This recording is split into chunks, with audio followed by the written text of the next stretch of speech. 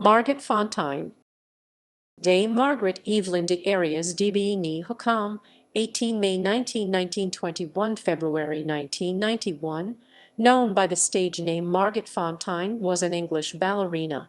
She spent her entire career as a dancer with the Royal Ballet, formerly the Sadler's Wells Theatre Company, eventually being appointed prima ballerina assoluta of the company by Queen Elizabeth II.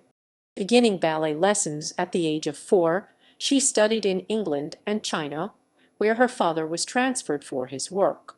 Her training in Shanghai was with George Goncharov, contributing to her continuing interest in Russian ballet. Returning to London at the age of 14, she was invited to join the Vic-Wells Ballet School by Ninette de Valois. She succeeded Alicia Markova as prima ballerina of the company in 1935. The Vic-Wells choreographer, Sir Frederick Ashton, wrote numerous parts for Fonteyn and her partner, Robert Helpmann, with whom she danced from the 1930s to the 1940s. In 1946, the company, now renamed the Sadler's Wells Ballet, moved into the Royal Opera House at Covent Garden, where Fonteyn's most frequent partner throughout the next decade was Michael Sums. Her performance in Tchaikovsky's The Sleeping Beauty became a distinguishing role for both Fonteyn and the company, but she was also well known for the ballets created by Ashton, including symphonic variations, Cinderella, Daphnis and Chloe, Ondine and Sylvia. In 1949, she led the company in a tour of the United States and became an international celebrity. Before and after the Second World War, Fonteyn performed in televised broadcasts of ballet performances in Britain, and in the early 1950s appeared on The Ed Sullivan Show, consequently increasing the popularity of dance in the United States. In 1955, she married the Panamanian politician Roberto Arias and appeared in a live color production of The Sleeping Beauty aired on NBC. 3 years later, she and Sums danced for the BBC television adaptation of The Nutcracker. Thanks to her international acclaim and many guest artist requests, the Royal Ballet allowed Fonteyn to become a freelance dancer in 1959. In 1961, when Fonteyn was considering retirement, Rudolf Nureyev defected from the Kirov Ballet while dancing in Paris. Fonteyn, though reluctant to partner with him because of their 19-year age difference, danced with him in his debut with the Royal Ballet in Giersel on 21 February 1962. The duo immediately became an international sensation, each dancer pushing the other to their best performances.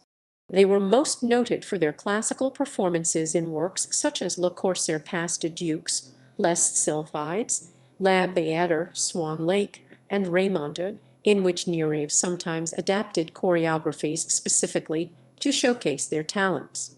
The pair premiered Ashton's Margaret and Armand, which had been choreographed specifically for them, and were noted for their performance in the title roles of Sir Kenneth Macmillan's Romeo and Juliet. The following year, Fonteyn's husband was shot during an assassination attempt and became a quadriplegic, requiring constant care for the remainder of his life. In 1972, Fonteyn went into semi-retirement, although she continued to dance periodically until the end of the decade. In 1979, she was feted by the Royal Ballet and officially pronounced the prima ballerina assoluta of the company. She retired to Panama, where she spent her time writing books, raising cattle, and caring for her husband. She died from ovarian cancer exactly 29 years after her premiere with Nureyev in Giersel. Early life 1919–1934. Margaret Evelyn Hookham was born on 18 May 1919 in Reigate, Surrey, to Hilda née Aitken Fontes and Felix John Hookham. Her father was a British mechanical engineer who worked for the British American Tobacco Company. Her mother was the illegitimate daughter of an Irish woman, Evelyn Aitken, and the Brazilian industrialist Antonio Gonçalves Fontes. Hookham had one sibling, her older brother Felix. The family moved to Ealing, where her mother sent her 4-year-old daughter with her brother to ballet classes with Grace Bossistow. Her mother accompanied Hookham to her earliest lessons, learning the basic positions alongside her daughter in order to improve her understanding of what a ballet student needed to develop. Over the years, Hilda provided constant support, guidance, and critique to her daughter. She became a well-known backstage presence at Hookham's performances, earning the nickname Black Queen from Hookham's teachers and colleagues. While some children might have balked at such overbearing attention from a parent, Hookham accepted her mother's help with affectionate and unembarrassed naturalness. In July 1924, at the age of 5, Hookham danced in a charity concert and received her first newspaper review. The Middlesex Country Times noted that the young dancer had performed a remarkably fine solo which had been vigorously encored by the audience.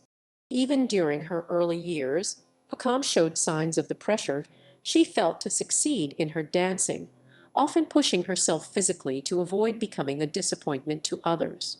Whenever a dance exam approached, she became ill with a high fever for several days, recovering just in time to take the test.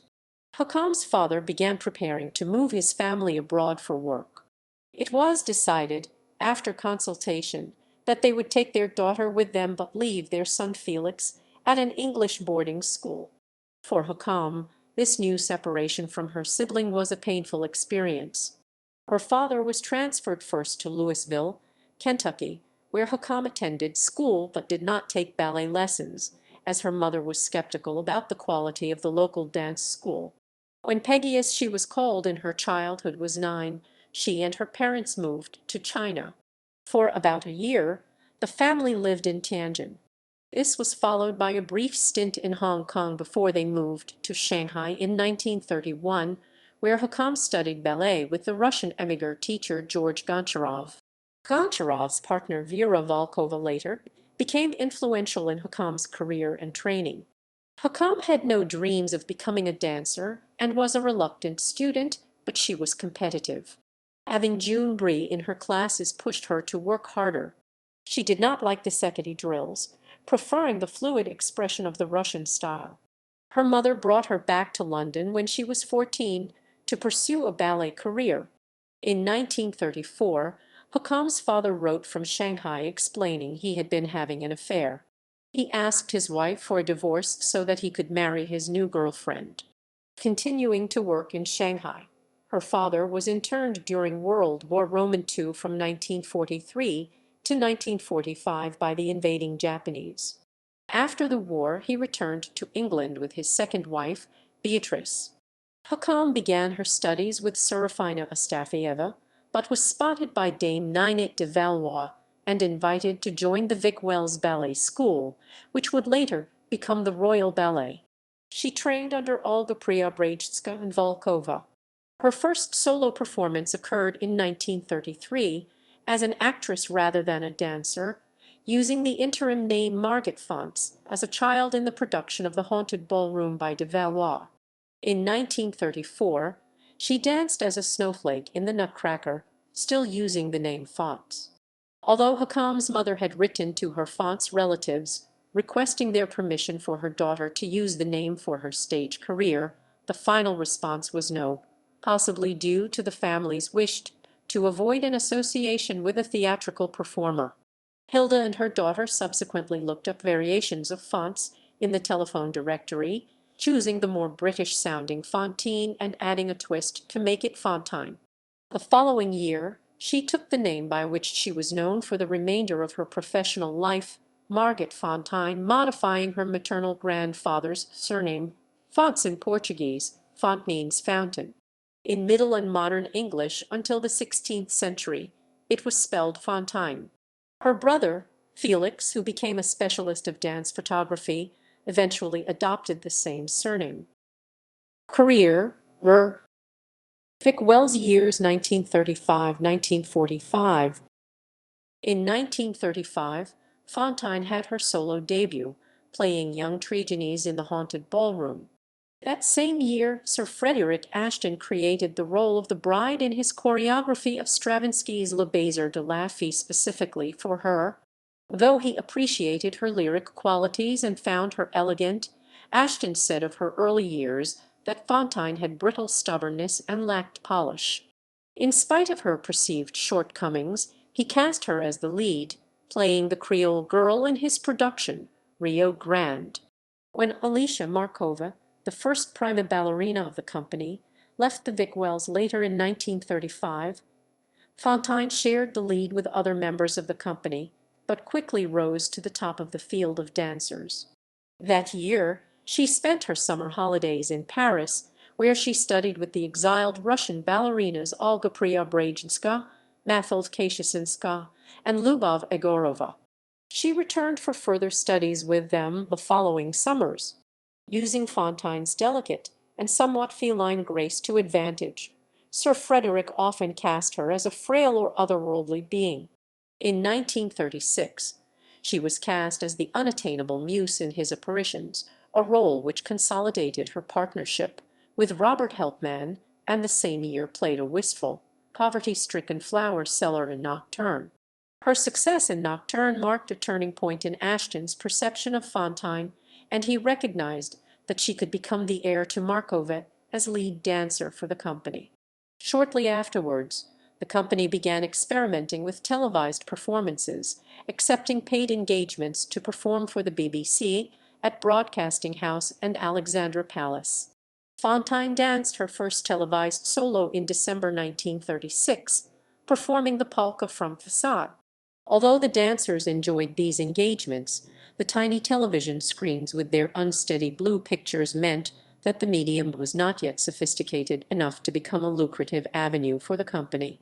The following year, Fonteyn was given the comic role of Julia in A Wedding Bouquet, and was cast with Robert Helpmann performing the Pas de Deux, imitating Victorian ice skaters, in Ashton's Les Patineurs. Helpmann was her most constant partner in the 1930s and 1940s, helping her develop her theatricality. Decades later, Fonteyn would name Helpmann as her favorite partner across the span of her career. Constant Lambert, as the company music director, assisted with her musicality. Beginning in 1935, Fonteyn and Lambert developed a romantic relationship, which would continue on and off for the duration of his life. She had previously been involved with Donald Hodson, the controller of the BBC Overseas Service. Lambert dedicated his score for the ballet Horoscope 1938 to Fonteyn.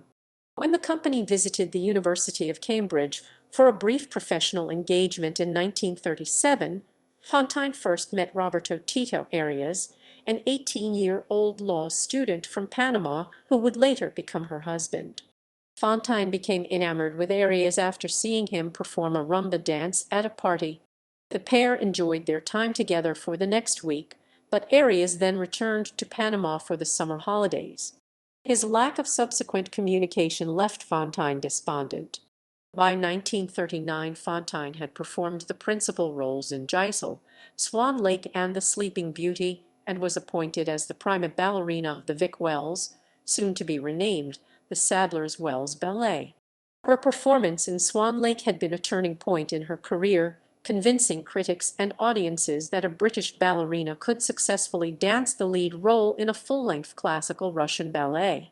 The reviewer Arnold Haskell wrote that never before had Fonteyn's performance been so regal in manner or half so brilliant, while the writer Tang Aileen commented that she rose to it with a stability that one had not seen in her before.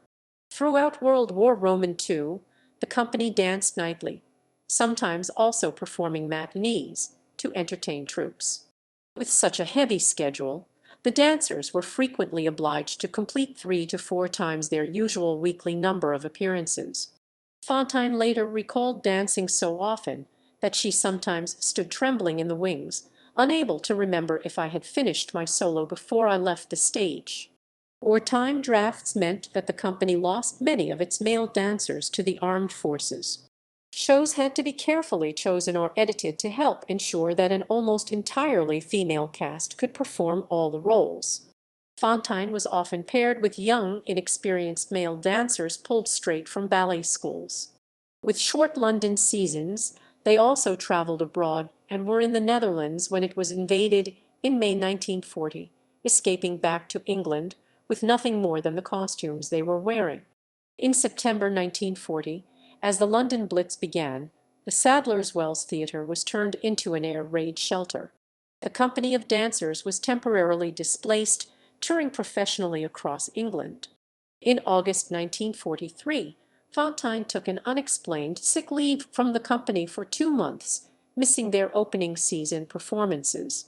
It was believed by many of her close friends and her biographer, Meredith Daneman, that she underwent an abortion. Her relationship with Lambert had grown difficult, as he was drinking heavily and having affairs with other women. Concerned about her daughter's welfare, Fonteyn's mother took matters into her own hands, gently encouraging her daughter to move on from Lambert by setting her up with film director Charles Haas. Fonteyn and Haas became lovers, and their close relationship lasted for the next 4 years. During the war, Ashton created roles such as his bleak wartime piece Dante, Sonata 1940, and The Glittery the Wanderer 1941 for Fonteyn. She also performed notably in Coppelia, imbuing the role with humor. The war years helped her develop stamina and improve her natural talent.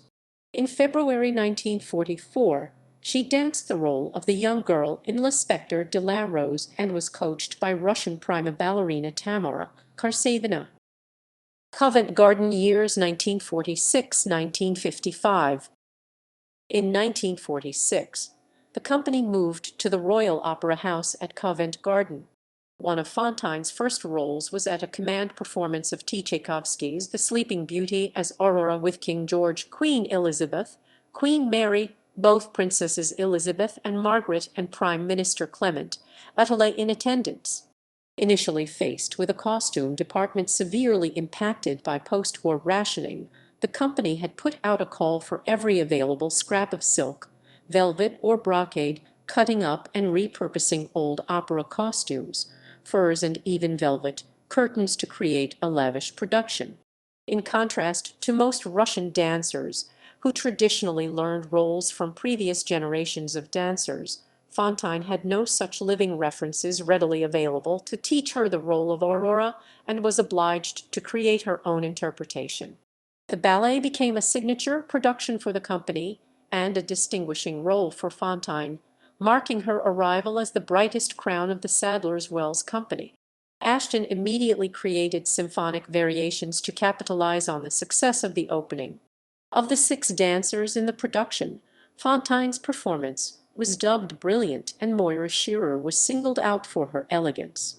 When the American Ballet Theatre visited the Royal Opera House in 1946, Fonteyn became a close friend of the New York dancer Nora Kay. Fonteyn appeared on television in 1946 to mark the reopening of Alexandra Palace after the war. Her television appearances were followed by a performance with the choreographer Leonide Massine as the miller's wife in his The Three-Cornered Hat, and as the lead in the abstract debut of Scenes de Ballet, which Ashton wrote for her. In 1948, Fonteyn went to Paris to perform as Agave, a role created for her in Les Demoiselles de la Nuit by the choreographer Roland Petit. The admiration of Petit gave her new confidence and assurance, which showed in her performance in Ashton's Don Juan, though she was injured on the first night, tearing a ligament in her ankle. She was unable to dance for several months, missing the premiere of Ashton's Cinderella.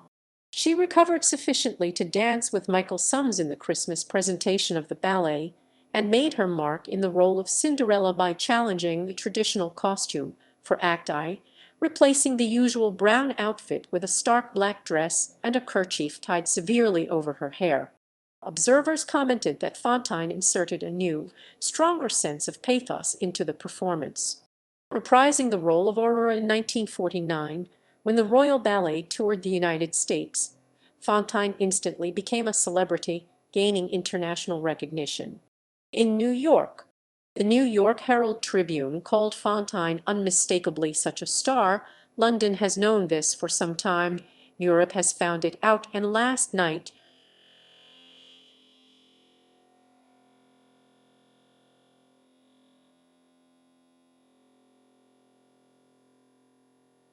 she definitely conquered another continent. Fonteyn was featured on the cover of Time and Newsweek. Upon returning to England, Fonteyn danced in George Balanchine's ballet Imperial, before traveling to Italy with Helpmann and Pamela May as a guest star in The Sleeping Beauty. In 1949, she profiled choreographies of Sir Frederick Ashton, which were no longer in the repertoire of the Sadler's Wells Company, dancing on television with Michael Sums and Harold Turner. Fonteyn appeared in America on The Ed Sullivan Show for the first time in 1951 and would return several times. Her performances were credited with improving the popularity of dance with American audiences. These were followed by two of her most noted roles as the lead in Ashton's Daphnes and Chloe 1951 and Sylvia 1952. Fonteyn was honored as a Commander of the Order of the British Empire in 1951 for her contributions to British ballet. Plagued by injury, she considered retiring, especially after her most frequent partner of the 1950s, Sums, began to take less challenging roles. On an American tour in 1953, Fonteyn found herself suddenly reacquainted with Roberto Tito Arias, whom she had spent time with at Cambridge University in 1937, when he surprised her with a visit to her dressing room after a performance of Sleeping. Arias was now a politician and Panamanian delegate to the United Nations. Although he already had a wife and children, Arias initiated a courtship with Fonteyn and began seeking a divorce with his wife. She returned from the American tour and in the 1954 season debuted in Entrada de Madame Butterfly, later called Entrée Japonaise, in Granada, Spain, followed by her first performance as in the title role of the Firebird. She was taught the part by Tamara Karsavina, who had debuted the role in 1910. Fonteyn's Firebird was among her greatest achievements for her ability to use her jeets to simulate flight. Marriage and Politics 1955–1959. In Paris on 6 February 1955, Fonteyn married Arias, adopting the formal married name of Margot Fonteyn de Arias in the Spanish-language tradition. In 1955, she returned to the stage and found success in St. Petersburg, dancing the role of Medora. On 12 December 1955, Fonteyn appeared with Michael Sums in a live U.S. television color production of T. Tchaikovsky's The Sleeping Beauty for the anthology series Producers Showcase on NBC. The production was underwritten by the Ford Company and ran for an hour and a half, attracting around 30 million viewers. In 1956, she and Sums were guest artists featured in Act Roman II of Swan Lake, at the wedding of Grace Kelly and Prince Rainier Roman III of Monaco. The following year, the duo appeared in a Producers Showcase production of Cinderella. Fonteyn starred with Sums in a 1958 BBC television adaptation of The Nutcracker, which premiered on 21 December. She was successful in two other Ashton ballets, La Prairie 1956 and Ondine 1958, before becoming a freelance dancer in 1959, allowing her to accept the many international engagements she was offered. Shortly before her marriage, Fonteyn had been selected to succeed Adeline Jenny as president of the Royal Academy of Dance, and though she protested the appointment, the Academy overruled her decision. Adding planning meetings for a new dance syllabus and attending meetings of the Academy, she was honored as a Dame Commander of the Order of the British Empire in 1956. As her husband had been appointed an ambassador to the court of St. James upon her marriage, Fonteyn also attended to the duties required of a diplomat's wife. She was nevertheless criticized for her obvious lack of interest in politics. In 1956, she gave 4 performances in Johannesburg, South Africa, at His Majesty's Theatre and another at Zoo Lake with Michael Sums. Though they received top reviews, she was criticized for performing, despite the Dancers' Union ban because of apartheid. She was also criticized for performing for Imelda Marcos and was once detained for attending a party at which drugs were used. In April 1959, Fonteyn was arrested, detained for 24 hours in a Panamanian jail, and then deported to New York City. Her husband had staged a coup d'état against President Ernesto de la Guardia, possibly with the support of Fidel Castro. According to Fonteyn, The plot was hatched when she and her husband were visiting Cuba in January 1959, with Castro promising to assist Arias with arms or men. The couple went fishing on their boat, the Nola, and during the voyage ordered fishermen to raise a buoy loaded with arms. The fishermen reported the couple, who hurriedly decided that Arias should try to escape detection. In the night Arias jumped ship, boarding the shrimp boat Elaine, while Fonteyn used her own yacht as a decoy to divert the government forces. She returned to Panama City to turn herself in, hoping her surrender would help her husband. Meeting at the prison with the British ambassador to Panama, Sir Ian Henderson, Fonteyn confessed her involvement, and the British Foreign Office granted that her statement was confidential. The British Embassy arranged for her release and flew her to New York City on 22 April without disclosing to the United States government that Cuba had been involved in the plot. Arias took refuge in the Brazilian Embassy of Panama and arrived safely in Lima, Peru, the same day Fonteyn arrived in New York. The couple were reunited in June in Rio de Janeiro, and by November she had returned to the stage, dancing with Michael Sums in an Ashton Pas de Dukes for a London benefit performance. Fonteyn danced in the BBC Eurovision production of The Sleeping Beauty in the title role with Jelko Jureša on 20 December 1959. New Rave years 1961–1979. Fonteyn began her greatest artistic partnership at a time when many people, including the head of the Royal Ballet, Ninette de Valois, thought she was about to retire. In 1961, Rudolf Nureyev, star of the Kirov Ballet, defected in Paris and was invited by de Valois to join the Royal Ballet. She offered Fonteyn the opportunity to dance with him in his debut, and though reluctant because of their 19-year age difference, Fonteyn agreed.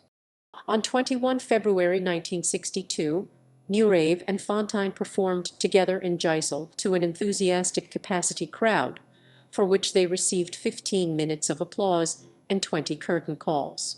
The performance was followed by a show-stopping performance of Le Corsaire Pas de Dukes on 3 November. The press described their performance as otherworldly, the Observer called it a knockout, and the pairing history-making. A few days later, they performed Les Sylphides to rave reviews, which were carried in United States newspapers. Fonteyn was awarded an honorary Doctor of Laws from the University of Cambridge in 1962. Sir Frederick Ashton choreographed Margaret and Armand for them, which no other couple danced until the 21st century. The 1963 premiere was well publicized before its opening and teamed them with Michael Sums, who played the disapproving father. Composed as a series of Pas de Dukes interrupted by only one solo, the ballet built intensity from the initial coup de foudre to the death scene. According to Sums, the pairing of Nureyev and Fonteyn was brilliant, as they were not partners, but two stars of equal talent, who pushed each other to their best performances. Attended by the Queen Mother, Princess Margaret, and Princess Marina, the production was an immediate success. It became a signature work for the duo, sealing their partnership. In 1964, Fonteyn and Nureyev toured from Sydney to Melbourne, performing in Gijssel and Swan Lake with the Australian Ballet. After a brief break, they resumed their performances in Stuttgart. On 8 June that year, while the duo were performing in Bath, they were advised that a rival Panamanian politician had shot Fonteyn's husband Arias, but it was unclear if he was in imminent danger. Fonteyn, though shaken, danced in Macmillan's new Pas de Dukes Divertimento on 9 June, before flying home to Panama. She found that Arias had been shot 4 times by Alfredo Jimenez, leaving him a quadriplegic for the rest of his life. Thoughts of retirement receded, as she needed to continue working to pay Arias' medical bills. Though he was wheelchair-bound, Fonteyn, who was devoted to his well-being, took him with her on most of her travels. Within 2 weeks, she had returned to London, having arranged for Arias to be treated at the National Spinal Injury Centre of the Stoke Mandeville Hospital, and resumed dancing. Over the next 10 days, Fonteyn danced in 6 performances of La Bayadère, Gijssel, and Margaret and Armand while rehearsing Nureyev's production of Raymonde. A coma and relapse in Arias' condition forced her to miss all but the final performance of Raymond in Spalito. Fonteyn and Nureyev were especially noted for their performance of classics, such as The Sleeping Beauty and Swan Lake, which Fonteyn stripped to the essence of the roles and constantly improved her performance. Nureyev insisted that Fonteyn partner with him in La Villette and Raymond, and wrote his own version of Swan Lake for them to perform with the Vienna State Opera Ballet in 1964.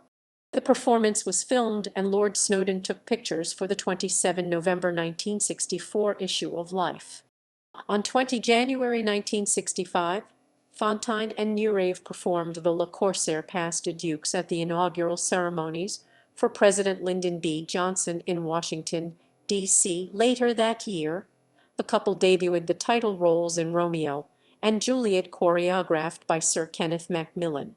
Macmillan had intended the roles to be performed by Lynn Seymour and Christopher Gable, but David Webster, the manager of the Royal Opera House, insisted on Fonteyn and Nureyev. A year after the debut, the production was still drawing cues for its nightly performances. The audiences littered the duo with flowers, demanding repeated curtain calls.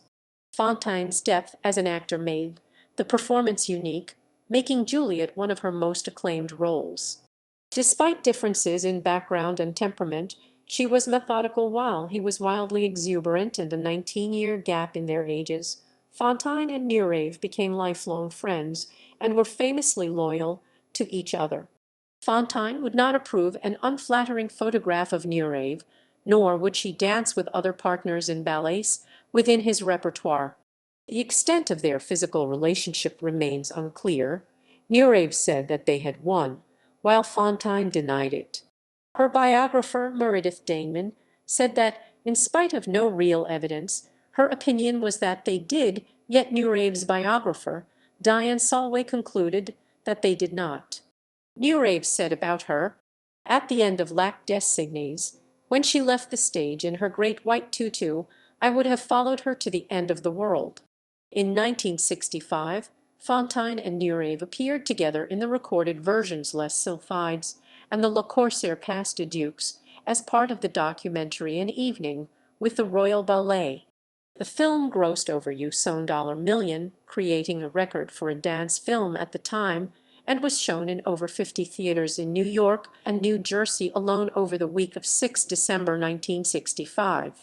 Under the guidance of director Paul Seasoner, who used a multi-camera technique to give the feel of a stage performance, they also filmed their famous version of Romeo and Juliet in 1966.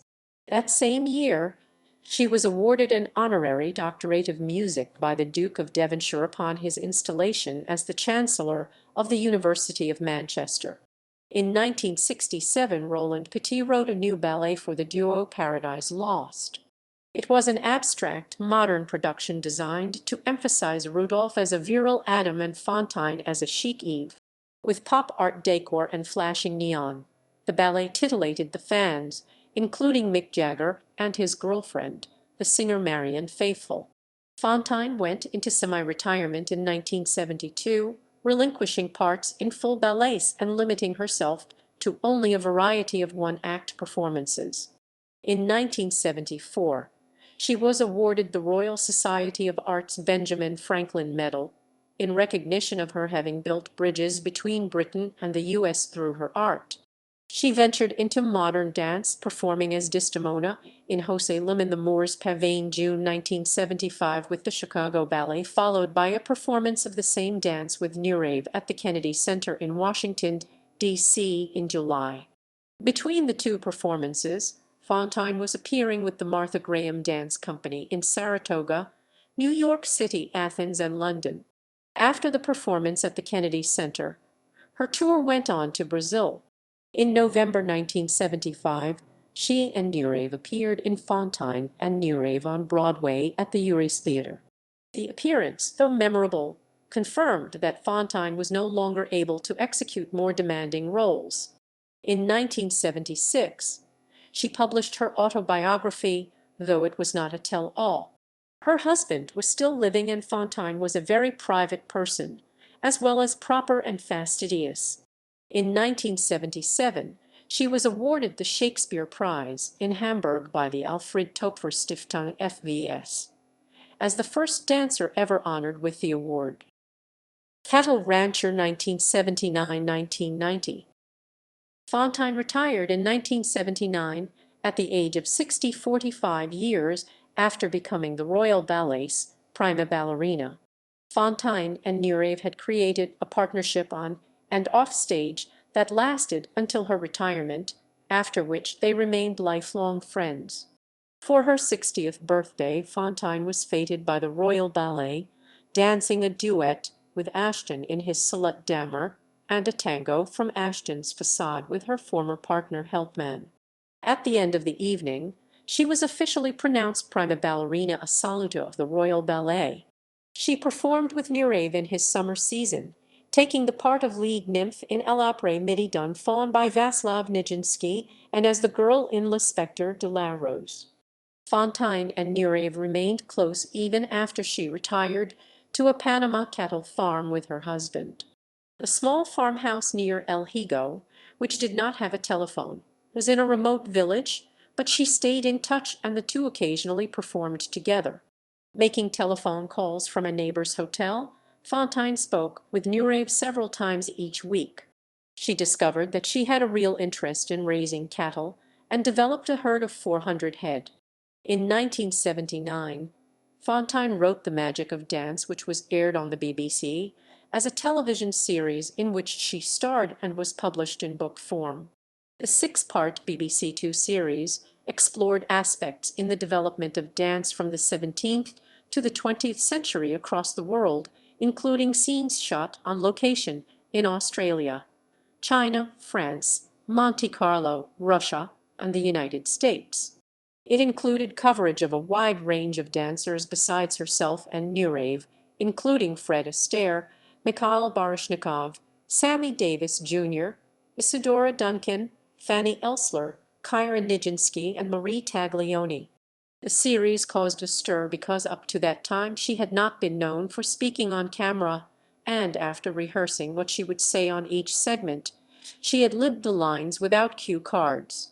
Though some critics failed to grasp that the production was neither a history of dance nor Fonteyn's biography, the series was brilliantly successful and Fonteyn received praise from American, Australian, and British critics. That same year, Fonteyn also published A Dancer's World, an introduction for parents and students. She danced the role of Lady Capulet in Nureyev's Romeo and Juliet, with Rudolph and Carla Fracci performing the leading roles in 1981 at the Met in New York City. In 1982, she was made Chancellor of Durham University, which she accepted as a great honor considering her limited and frequently interrupted education. She traveled to Durham annually to attend the degree ceremony of the graduates and wholeheartedly participated in the duties required until her death. In 1983, she was awarded an honorary doctorate of fine arts from Santa Clara University in the California city of the same name. Fonteyn also published Pavlova, Portrait of a Dancer, in 1984 as a homage to Anna Pavlova, whom she admired. In February 1986, aged 66, she appeared on stage in Miami in a two-night engagement as the Queen in The Sleeping Beauty. Fonteyn's last performance with Nureyev occurred at the Maratona Festo Court in Mantua, Italy, on 16 September 1988 in Baroque Pass de Troyes, along with ballerina Carla Fracci. In 1989, shortly before the death of her husband, Fonteyn was diagnosed with ovarian cancer. Having used up all her savings to care for Arias in his long infirmity, and now retired without a pension, she dreaded the ordeal. Her stepdaughter, Querub Arias, cared for her and accompanied her to Houston, Texas on her regular trips to MD Anderson Hospital. Nureyev was one of the few people she told of her problems, and he arranged to visit her regularly in Houston, despite his busy schedule as a performer and choreographer. By 1990, she had undergone 3 operations and was bedridden. Out of money, Fonteyn began to sell her jewelry to pay for her care, and Nureyev anonymously helped to pay the bills. In February 1990, the Public Broadcasting Service aired the Margot Fonteyn story as part of its series Great Performances. In the documentary, Nureyev said that they danced with one body, one soul. Fonteyn's biographer, Damon, said their uncanny bond of empathy went beyond the understanding most people have for each other. Most people are on level A, they were on level C. In May, a gala was held at Covent Gardens to raise money for her care. Placido Domingo volunteered to sing and both songs and Nureyev danced. The event was attended by more than 2,000 guests, including Princess Margaret, Diana, Princess of Wales, and Dame Ninette de Valois, raising £250,000. Death and legacy. Shortly before her death, Fonteyn converted to Roman Catholicism so that she could have her ashes buried in the same tomb as Arias. As her health worsened, she received a regular flood of messages and flowers from well-wishers including Queen Elizabeth, Roman II, and the President of Panama. Fonteyn died on 21 February 1991 in a hospital in Panama City, aged 71, on the 29th anniversary of her premiere with Nureyev in Gysel. She was buried with Arias near their home in Panama, and a memorial service was held in London on 2 July 1991 at Westminster Abbey. A grief-stricken Nureyev, who was dealing with his own health issues in the form of AIDS, was unable to attend either service.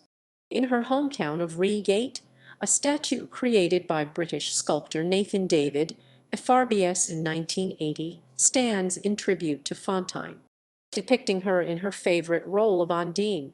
The statue was commissioned by fans worldwide.